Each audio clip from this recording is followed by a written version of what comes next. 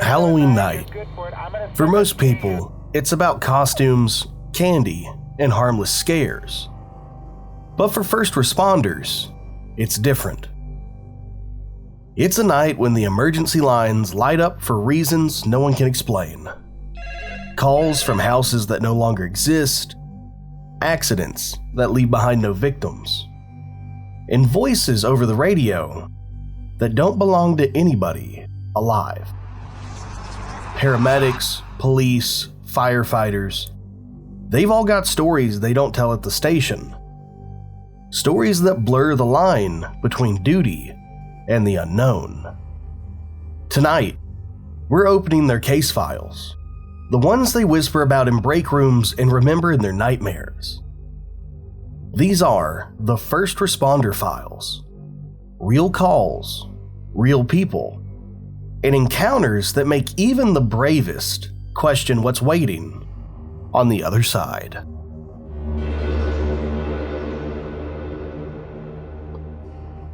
It was Halloween night in 2011 when a paramedic named Ryan got a call he's never forgotten. The dispatch was routine.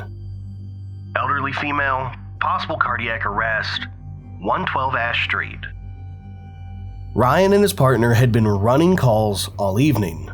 Fender benders, a few intoxicated partygoers, nothing out of the ordinary. But something about this one felt different. Ash Street was in an older part of town, a narrow stretch lined with sagging porches and flickering jack-o'-lanterns. When the ambulance pulled up, Ryan frowned. The house at 112 didn't look like anybody lived there. The porch was half collapsed, the windows were boarded up, and no lights were on, except for one faint glow coming from an upstairs window. They radioed dispatch to confirm the address. The operator repeated it back, calm as ever. Copy. 112 Ash Street. Caller reported chest pain. Elderly female. Name listed as Evelyn Grant. Ryan grabbed his gear and he walked up the creaking steps and immediately noticed something odd. The door was already open. Not kicked in, not forced, just ajar. Inside, the air was heavy, stale, and the faint smell of smoke lingered, like a campfire that never quite went out. Their flashlights swept over dust-covered furniture, peeling wallpaper, and a dark hallway that led toward the back of the house. EMS, Ryan called out. Evelyn, can you hear me? No answer. Just the faint sound of something creaking upstairs. They followed the noise, step by step, their boots echoing on the old wood floors. At the top of the stairs, they saw it. A flickering orange light spilling out from the bedroom doorway. Ryan's partner whispered, "Maybe that's where she is." They pushed the door open, and inside, the room looked wrong, like time had been stopped. Old photographs were scattered across the dresser, and a rotary phone lay off the hook. And sitting upright in an armchair by the window was an elderly woman. Her head was tilted slightly forward, her skin was pale, and her eyes were half open. Ryan hurried over and set down the bag. "Ma'am, can you hear me?" He reached for a pulse. Ice cold. No heartbeat. He checked again. Nothing. As he pulled his stethoscope back, he noticed the light. That strange orange light was coming from behind the curtain. There was no light source, though. The upstairs window faced an empty lot. That glow was just there, hanging in the air, like a firelight with no fire. Ryan called for police backup. His partner stepped out to grab the stretcher, and when Ryan turned back to the chair, the woman was gone. The blanket that had been on her lap was now crumpled in the floor, the chair was empty. He checked the closet, under the bed, in the hallway, everywhere he could think of. Nothing. No sign of anybody leaving the room. He radioed his partner. She's gone. His partner laughed nervously. Gone? Like walked out? Ryan didn't answer. He just stared at the chair. The faint smell of smoke was stronger now. And from somewhere inside the walls, he could hear a faint crackling, like wood catching flame. When the police arrived, they swept the house. No one was there. No footprints, no sign of a recent occupant. The power box outside was even disconnected. A few hours later, dispatch called Ryan back. They double-checked the name on their system, Evelyn Grant. Turns out, she had lived at that address, but she died 20 years earlier, Halloween night, 1991, in a house fire. Her body had been found in the same room upstairs, sitting in that same position. Every Halloween since, Ryan admits he still checks the call logs before he clocks out, just to make sure it doesn't happen again. He says, "I still check the dispatch log every Halloween. That address never leaves me."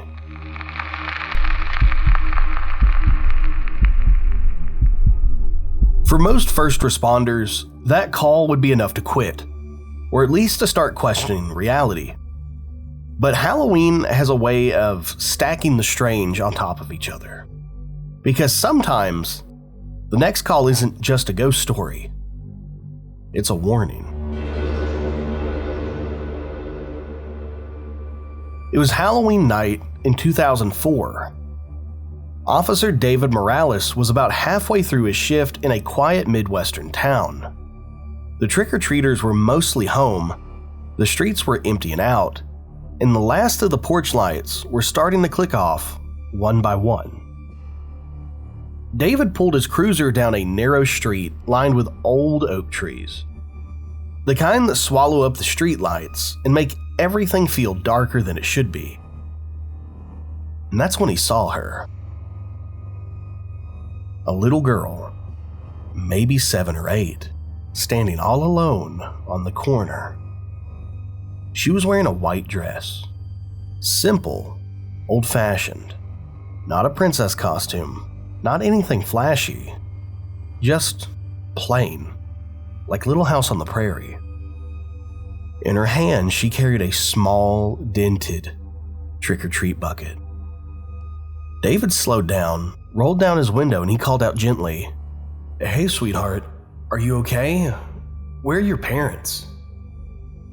She looked at him, big eyes, pale face, and she said softly, "I'm trying to find my mommy."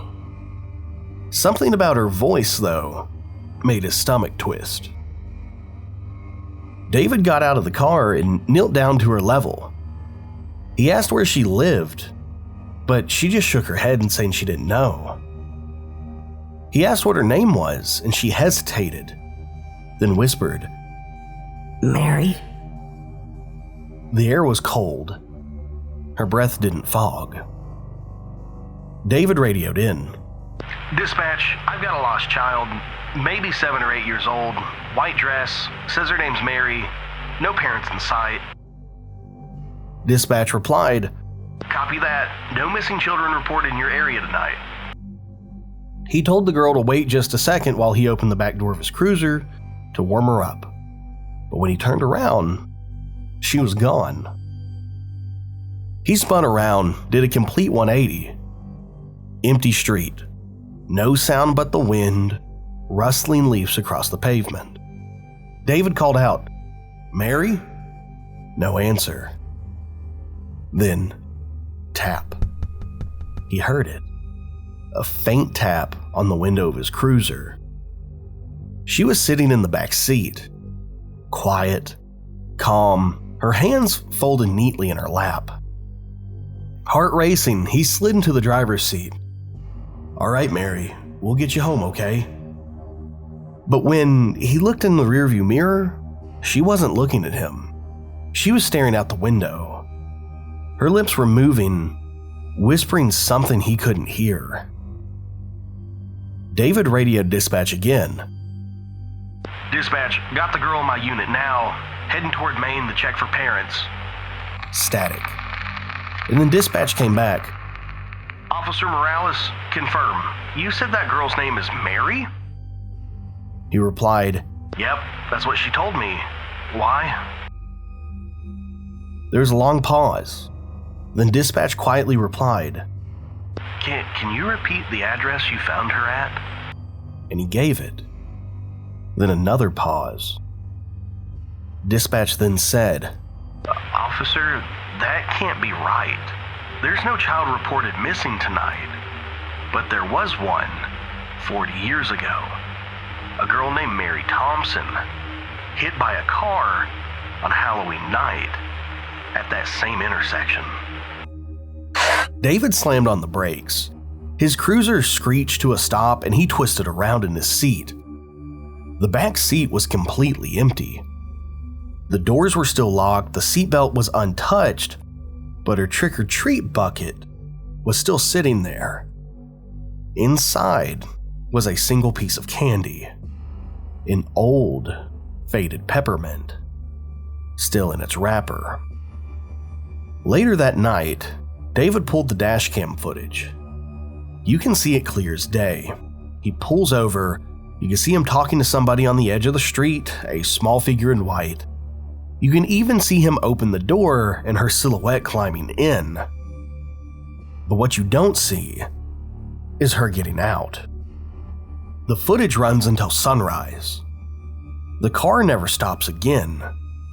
No door ever opens. David worked a few more years before transferring out of town. He said Halloween never felt the same after that night. Every October, though, he'd still drive that route. Same time, same corner, and every once in a while, he swears he still sees her, standing under that same streetlight. White dress, dented trick-or-treat bucket in hand, still looking for her mom. Cops see it all. The weird, the tragic, and the unexplainable. But even they can't explain a girl that disappears from a cruiser, or tire tracks that somehow disappear in the middle of the road. Still, for some, the scariest encounters don't happen outside. They happen where they should be the safest, like at a church. Halloween night, 1997.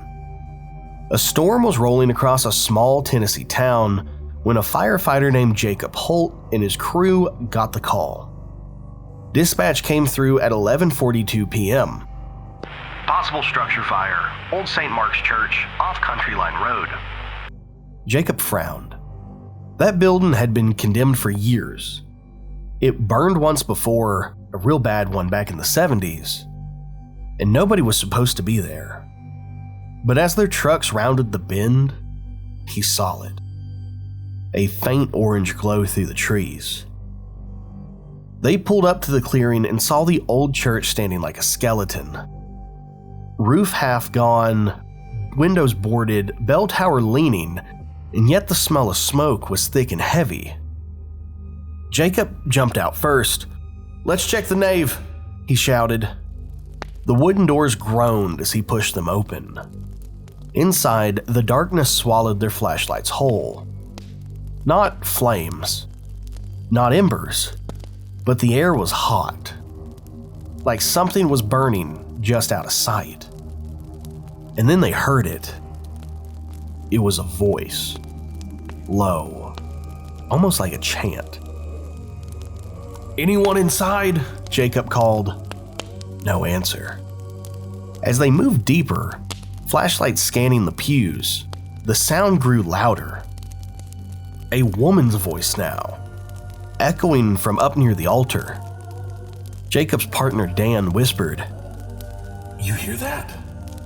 It sounds like..." "I hear it." Jacob cut him off. "Let's go." When they approached the altar, that's when Jacob noticed something strange. The walls were covered in soot. Not random burns, but patterns. Circles, symbols, handprints. There were hundreds of them. Dan touched one of the blackened marks and he pulled his hand back fast. "It's hot." Before Jacob could respond, the singing stopped. Silence. And then the sound of a match strike. A single candle flickered to life on the altar. It shouldn't have been possible. There was no one there. But the flame burned, steady and bright. And behind it, they saw her. A figure standing just beyond the light. Face hidden by darkness, hands clasped like she was praying. Jacob stepped forward. "Ma'am, are you all right?" But the woman didn't move. She didn't speak. Just turned her head slowly toward them, and in a voice barely above a whisper said, They never stopped the fire. Before Jacob could respond, the candle flared, a sudden flash of orange light. He stumbled back, shielding his eyes because he had just been flashbanged. When he looked again, she was gone, and the entire altar was covered in fresh soot. Handprints, scorch marks, all of them were still smoking. They cleared the building, certain that somebody must have been inside, a group of teenagers pranking them. But they didn't find anybody there. No footprints, and not even a heat signature left over. When they stepped outside, the glow that they had seen from the road was gone too. Just empty woods, completely silent. The next morning, Jacob went back with the fire inspector, and what they found still makes them shiver. Under the altar, in the ash and the rubble, was a circle of melted wax. Dozens of candle stubs, all of different ages, some fresh, some decades old, were gathered there. And carved into the floorboards were the words, "Light the flame, keep them here." Local legend says St. Mark's burned down in 1972 during a Halloween service gone wrong. A group of locals had been holding a seance, calling out to lost souls, when one of the candles tipped over. Everybody inside died in the blaze, but some folk, they believe the ritual worked. They called something, and every Halloween since, when storms roll in and the airs smell like smoke, the church lights up again. Jacob doesn't talk much about that night anymore. He says he still remembers the singing. The same slow, haunting melody, echoing through the dark. And every year, when Halloween storms hit, he swears he can smell the smoke from miles away. "We never found the fire," he said, "but I don't think it ever went out."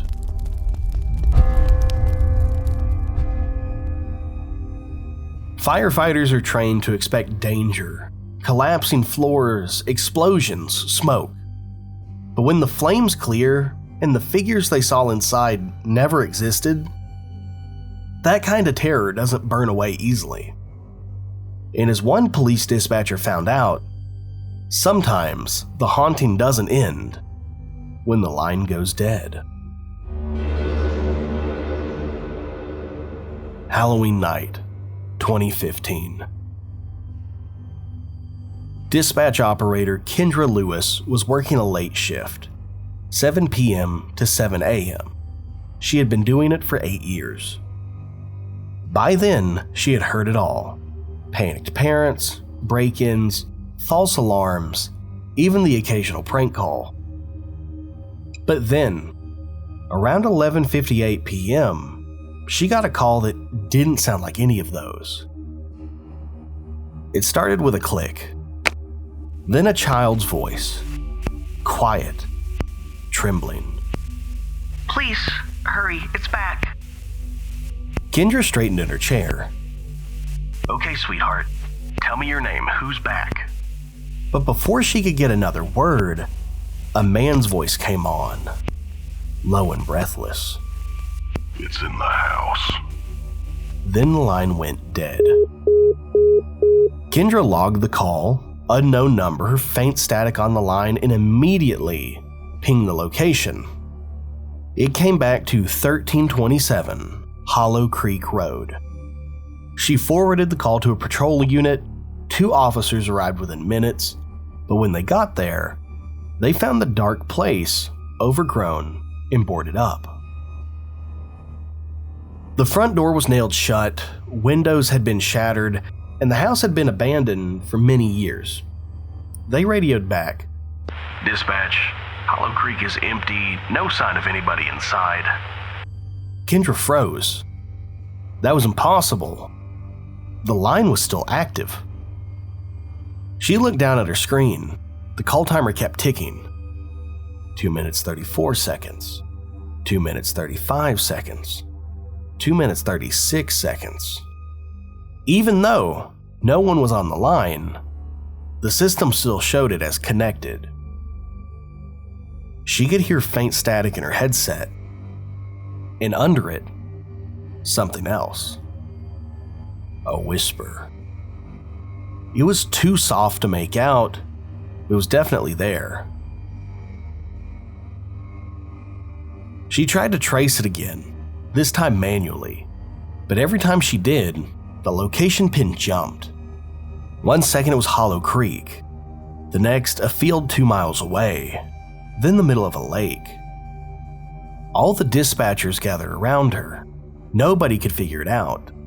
And then just as suddenly as it started, the line cut out. Disconnected. Kendra leaned back in her chair, her heart pounding. Her supervisor told her it was probably a glitch, bad routing, maybe a signal bounce. But she knew what she heard. When she went to log the call in the system, the entry was gone. The call ID, the number, everything was erased. She called IT, and they checked the server logs. That number, the one that had shown up on her screen, hadn't been used since 1998. She looked it up later out of curiosity. The address matched the same one from the call, 1327 Hollow Creek Road. A family used to live there. A mother, a father, 2 children. They all died in a house fire on Halloween night in 1998. Kendra says she didn't sleep for days after that. She kept hearing that little voice in her head.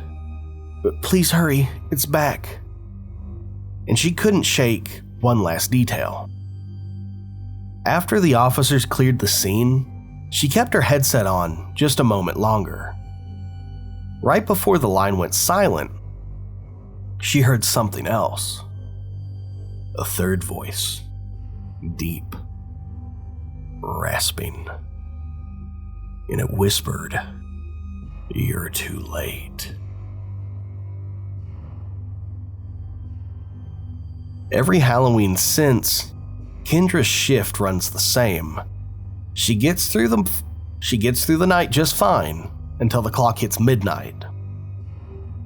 And then, just for a few seconds, she swears she can hear a child's voice again. Please, hurry.